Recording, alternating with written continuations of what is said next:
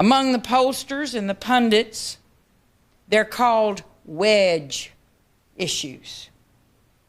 And they are literally used to create division where none existed, to play to fears and to differences. And it was bad enough when wedge issues were confined to campaigning, but now they are beginning to make their way into governance as well.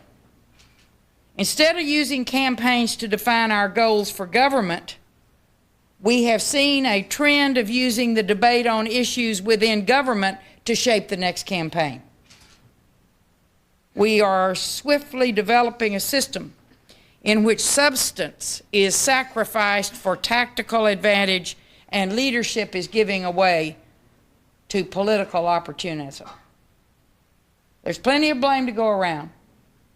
Both parties and the political commentators discuss issues in terms that suggest the only reason we have government is to prepare for elections.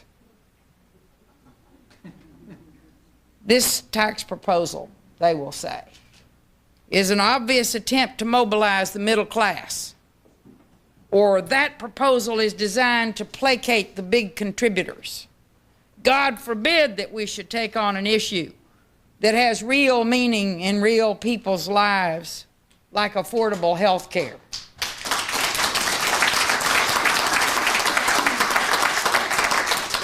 Those issues are too complex. They're too volatile, too charged, too hot. And when you get right down to it, they're just too important, seemingly, to deal with.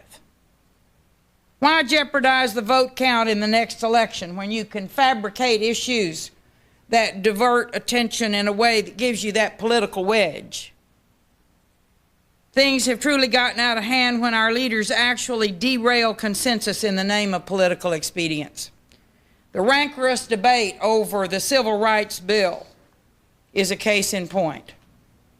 Just a short time ago, while the unifying and uplifting pride in the success of Operation Desert Storm was fresh and new in this country, calls were made to the business leaders who were nearing agreement on their negotiations with civil rights leaders.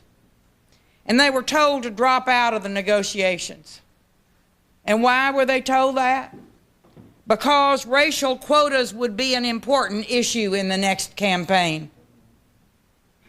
The focus groups had already been done. The polling was already taking place.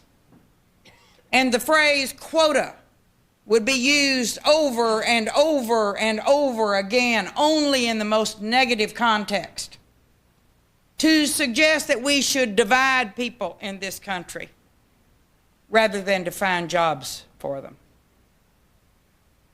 So, of course, an agreement on civil rights legislation, any agreement that would win the support of business, would undermine the effectiveness of the issue.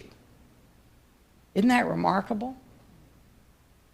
Agreement would damage the effectiveness of the issue.